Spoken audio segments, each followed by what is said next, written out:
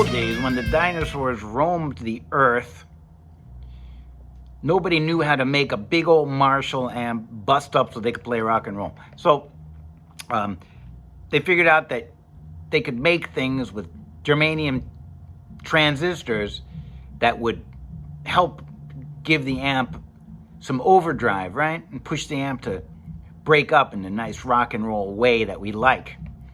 Now, last edition of this series, we talked about fuzz, right?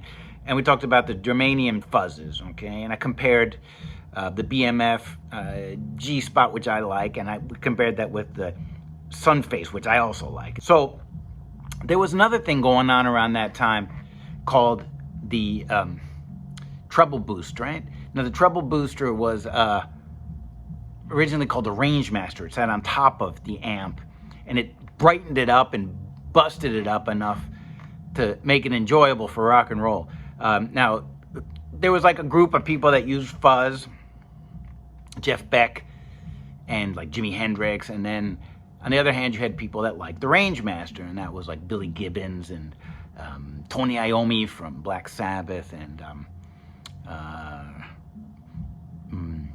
different people like, let me think about this, Billy Gibbons, Brian May, Richie Blackmore, right? And so they use the Range Master, and it's a different sound. Now, they don't make the Range Master anymore, but Analog Man made something called the Beano Boost. And that's because Eric Clapton used it on the Blues Breakers record when he's reading that Beano comic book on the cover, right? And so they call it the Beano Boost, right? So now I opened mine up, and it has the same germanium NKT 275 in it, at the same one as in my Sunface, right? So so it's going to be fun to compare those, right? And I thought it'd be interesting. So let's talk about these a little bit. We'll put these on one by one, and we'll see what we got here. So anyways, remember with the fuzz pedals, we like to turn the volume down a little bit, and that sort of takes off of that sort of mushy sound on the top, right? So I'm going to put on the Sunface here, and we're going to check that out, okay?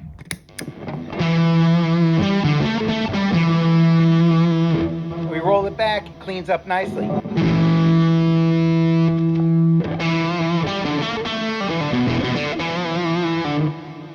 Doesn't really clean it up as much as it takes away that mushiness, right? So so now we're going to put on the Beano Boost, and remember it has that same transistor in it, so we're going to see what happens, okay?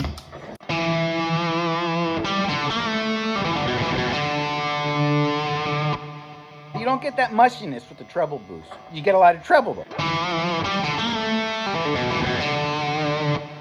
Right? Now if we roll back some of the volume,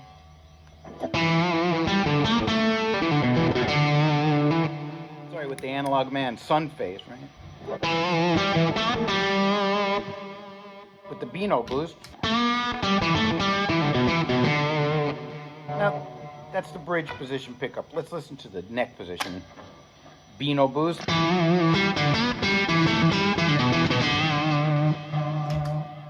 Now let's listen to the Sunface.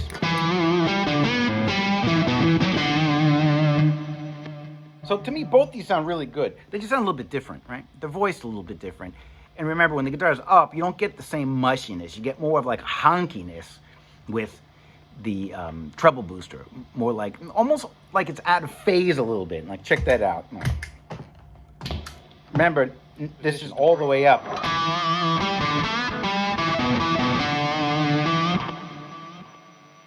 The honkiness goes away when we roll it back.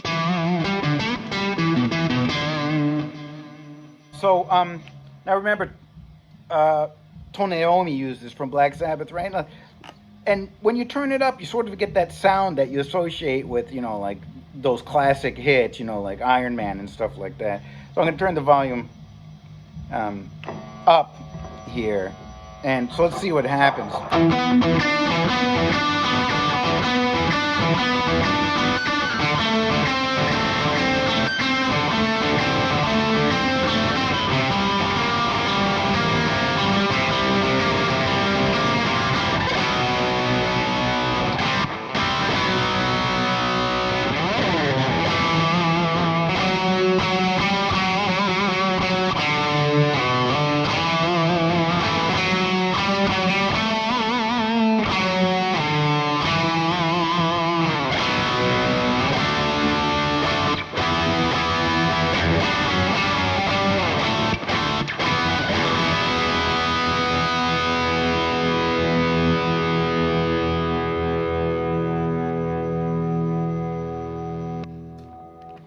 right? So that's what we get with the treble booster, okay? So, you know, you might want to keep this in mind. Remember, they have the same kind of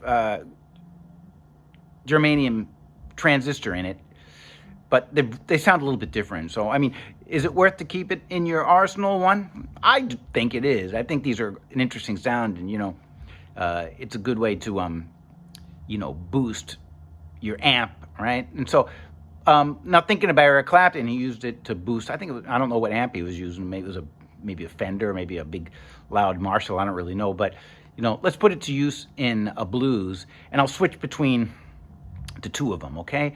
And you can see which one you like better.